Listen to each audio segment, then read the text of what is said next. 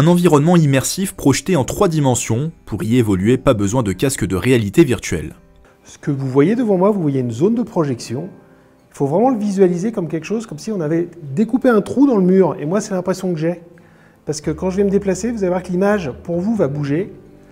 Mais elle reste cohérente par rapport à mon point de vue si j'étais vraiment devant cet environnement. Mover a été conçu pour des enfants atteints de troubles 10, de l'attention ou du spectre de l'autisme. Cette solution est une thérapie innovante et ludique de rééducation des pathologies du neurodéveloppement. C'est un outil qui va utiliser des technologies immersives accessibles dès l'âge de 5 ans pour mettre en situation les patients qui vont être atteints de ces troubles cognitifs et accélérer la rééducation avec l'aide d'un thérapeute.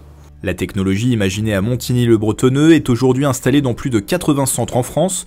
Environ 176 000 séances de rééducation ont pu être menées par des thérapeutes depuis 1 an et demi. Leur but, améliorer le quotidien des enfants et les ramener à une scolarité quasi normale.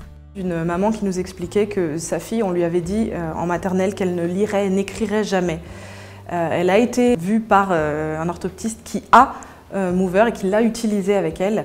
Et maintenant, elle est scolarisée normalement en CE2. Elle lit, elle écrit comme tous les autres enfants de son âge.